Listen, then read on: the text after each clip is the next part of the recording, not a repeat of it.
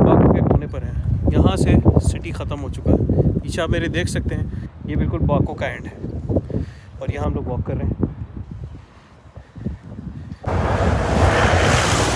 ये तो गाइस हम लोग जा रहे हैं जिसको इनकी अपनी ज़बान में कहते हैं यारानदाग, यानी कि आतिशगे। वो एक ऐसी जगह है हाइट पर जहाँ पर कुदरती आग है। जी हाँ, ज़मीन से कुदरती आग निकल रही है और वो 24 घंटे कई सौ सालों से वो आग बुझी नहीं है। आपको बताएंगे, लेकिन आप मंजर देख सकते हैं। एक विलेज है यहाँ का, यहाँ पर हम पहुँच चुके हैं। बहुत खूबसूरत विलेज, बहुत खूबसूरत विलेज देख सकते हैं आप मेरा कप के अंदर। आइए अब हम हाइट पर चढ़ रहे हैं, तो आपको बताते हैं हाइट पर जाकर और अपने स्पॉट पर पहुँचकर।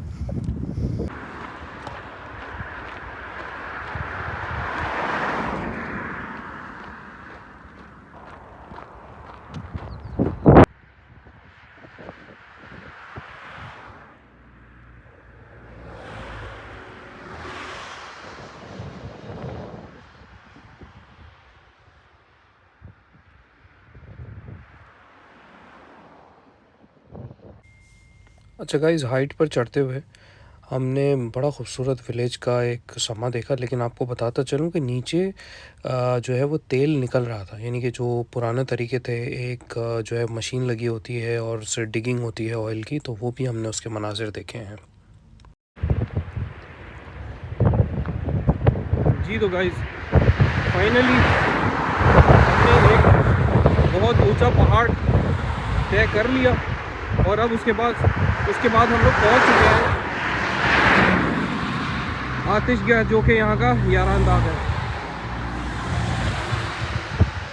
दिखाते हैं आपको अंदर से उसका क्या मंजर है, लेकिन बहुत ज़बरदस्त माहौल, बहुत ज़बरदस्त इन्वायरमेंट। ये वो जगह है यारानदाग। अब हम इस पे एंटर होते हैं।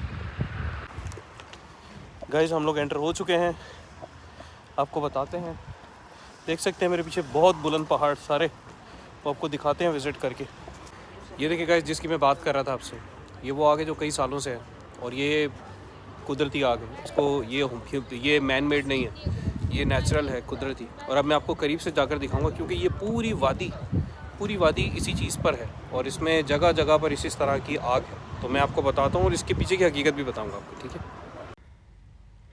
अच्छा, आपको एक और इम्पॉर्टेंट बात बताता चलूँ कि क्योंकि हम लोग तो सोलो ट्रैवल कर रहे हैं, तो हम किसी टूर या फिर किसी और सर्विस हमने अवेल नहीं की, बल्कि ख़ुद से ही पब्लिक ट्रांसपोर्ट के ज़रिए आकर यहाँ पर तक पहुँचे हैं। और अगर किसी भाई को कोई मालूमात चाहिए हो तो बिल्कुल कमेंट्स में लिख सकता है और हम जो है उसको गाइड कर देंगे कौन सी उसने मेट्रो पकड़नी है और किस तरह से यहाँ तक पहुँचना है। और यहाँ की फ़ीस है 9 मनात पर पर्सन।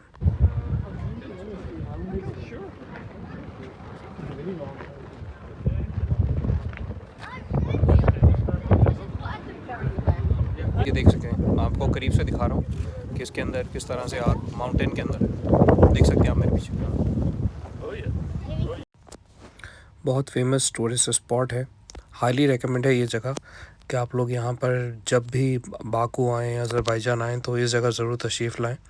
बहुत मेंटली पीस है और बहुत ज़्यादा सुकून है और एक कुदरती नेचुरल आपको एक्सपीरियंस देखने को मिलेगा।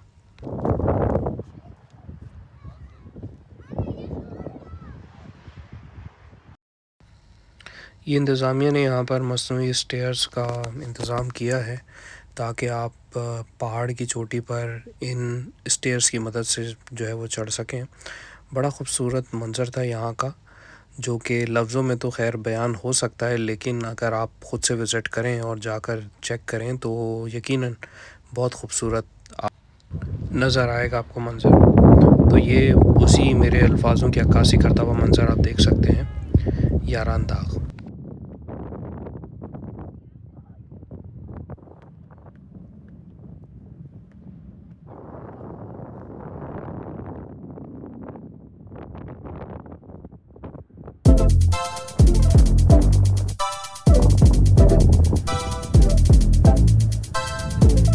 देख सकते हैं आप, इस वक्त हम सबसे पीकेस्ट पॉइंट पर हैं यारानदाग की।